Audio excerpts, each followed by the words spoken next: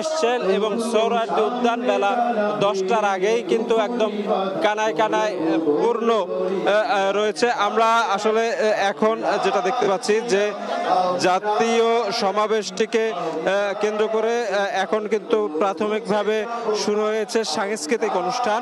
সেখানে ইসলামী সঙ্গীত এবং দেশাত্মবোধক নানা সঙ্গীত জামাত ইসলামের অঙ্গ সংগঠনের পক্ষ থেকে পরিবেশন করা হচ্ছে।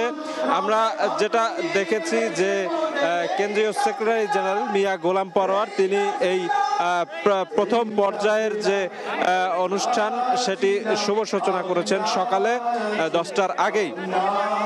এবং যে বিষয়টি আমরা জেনেছি যে মূলত তাদের 7 দফা দাবির প্রথম যে দাবিটি সেটি হচ্ছে আগামী জাতীয় নির্বাচনের জন্য লেভেল প্লেইং ফিল্ড নিশ্চিত করা এবং তাদের পরবর্তীতে যেন পিআর পদ্ধতিতে নির্বাচন প্রবর্তন করা হয় সে দাবিটাও কিন্তু আজ তাদের যে 7টি দাবি সেই 7টি দাবির মধ্যে সমন্বিত রয়েছে।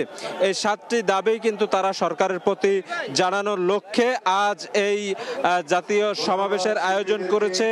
এই তাদের দাবিগুলোর মধ্যে অন্যতম দাবি হচ্ছে 2024 সালের জুলাই আগস্ট গণঅভ্যুত্থান কালে যে সহিংসতা